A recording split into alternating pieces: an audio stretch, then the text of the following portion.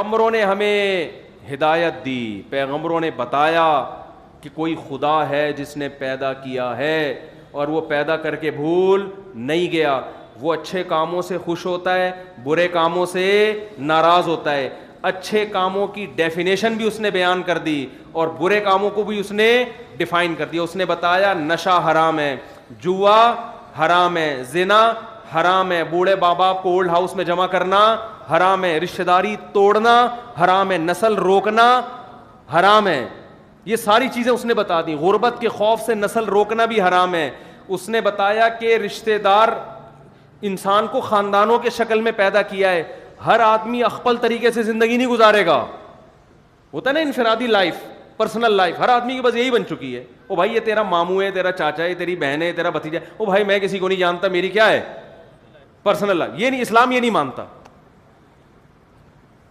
یصلون ما امر اللہ بہ ان یوصل, قرآن کہتا ہے اللہ نے جس رشتہ داروں کو رشتے کو جوڑنے کا حکم دیا ہے اس کو جوڑتے ہیں. اور گورے کے ہاں رشتوں کے نام ہی ختم ہو گئے. چچا کا لفظ ہے انگلش میں, پھپھو کا لفظ ہے, خالو بھتیج, سارے انکل انٹی, سارے رشتے کیا ہو گئے. ایک فادر رہ گئے, وہ بھی تھوڑے دنوں میں مارکیٹ سے شارٹ. تھوڑے تھوڑے فادر اب رہ گئے ہیں, باقی بہت سو کے وہ فادر بھی کیا ہیں, سنگل مدر کا سیٹ اپ چل رہا ہے. وہ بھی چونکہ اب اس کو تو چھپانا ممکن نہیں ہے نا, وہ تو پیدا ہو کے پتہ چل جاتا ہے اس کی اماں ہے, لیکن حقوق اس کے بھی کیا ہو گئے.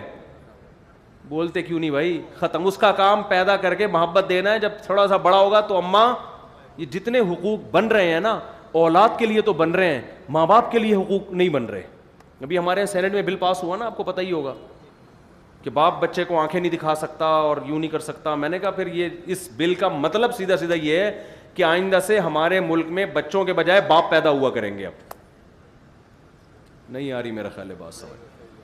یعنی باپ کا کام گیس بجلی کے بل دینا بھی, بچوں کی اسکول کی فیسیں دینا بھی ہے, بچے کو گھر پرووائڈ کرنا بھی ہے, اور بچے کی اماں کا بھی خرچہ بچے کی وجہ سے بہت سے لوگ اٹھا رہے ہوتے ہیں. ٹھیک ہے نا, کہ یار چلو جیسی تیسی یہ بچوں کی کیا ہے, ماں ہے. لیکن بچے کو آپ کسی چیز پہ مجبور نہیں کر سکتے, آنکھیں نہیں دکھا سکتے. تو اس کا مطلب بچوں کے بجائے اب کیا پیدا ہوا کرے گا, باپ پیدا ہوں گے.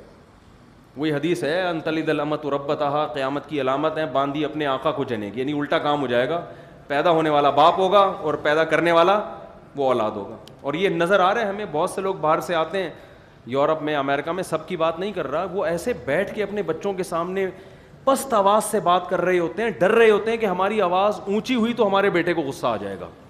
جو اسٹائل بیٹے کا باپ کے سامنے ہونا چاہیے وہ اسٹائل باپ کا کس کے سامنے ہے, بیٹے کے سامنے. یہ میں دیکھ رہا ہوں اپنی آنکھوں سے.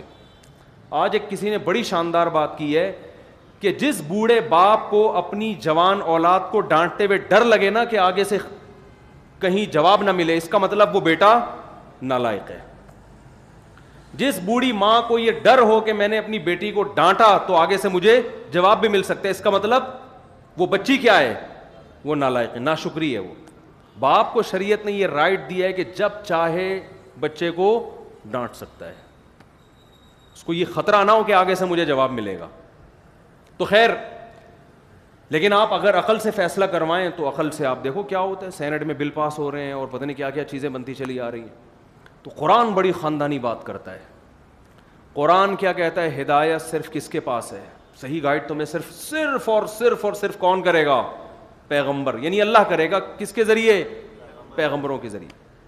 تو محمد صلی اللہ علیہ وسلم سے پہلے بھی اللہ نے پیغمبر بھیجے بہت سارے, جو آئے ہدایت کو لے کے, جنہوں نے بتایا یہ غلط ہے. دیکھو یہ فضائل آپ کو صرف پیغمبر بتائیں گے کہ ایک دفعہ ایک شخص اپنی بوڑھی ماں اور بوڑھے باپ کے سرہانے ساری رات دودھ کا پیالہ لے کے کھڑا رہا, اس پہ اللہ نے اسے بہت بڑی مصیبت سے نکال دیا.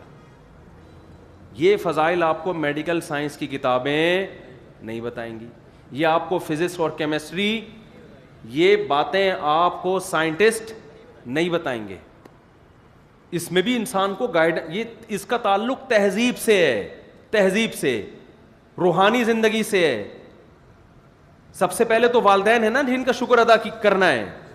تو حدیث میں آتا ہے ایک شخص ساری رات باپ کے اور ماں کے سرہانے دودھ لے کے کھڑا رہا ہے, اٹھا بھی نہیں رہا کہ ان کی نیند خراب نہ ہو, اور بیٹھ بھی نہیں رہا کہ ایسا نہ ہو آنکھ کھولے اور یہ دودھ مانگے اور میں یہاں موجود نہ ہوں. تو اللہ کو اتنا عمل پسند آیا, اللہ نے اسے ایک بہت بڑی مصیبت سے نکالا. ان تمام چیزوں میں آپ کو گائیڈنس اللہ کے علاوہ کسی اور سے نہیں ملے گی, اور اللہ خود لوگوں سے کلام نہیں کرتا, اللہ اپنے نمائندے بھیجتا ہے. تو اللہ نے آدم علیہ السلام کو بھیجا, پھر شرک دنیا میں پھیلا, پھر اللہ نے نوح علیہ السلام کو بھیجا, 950 سال سمجھاتے رہے, 40 لوگوں سے زیادہ لوگ ایمان نہیں لائے. اللہ نے بالآخر 1000 سال کے بعد پوری قوم کو تباہ کر دیا. پھر پیغمبروں کے قوم عاد آئی, قوم سمود, اور یہ سلسلہ چلتے چلتے کبھی پیغمبر غالب آتے, کبھی لوگ غالب آتے.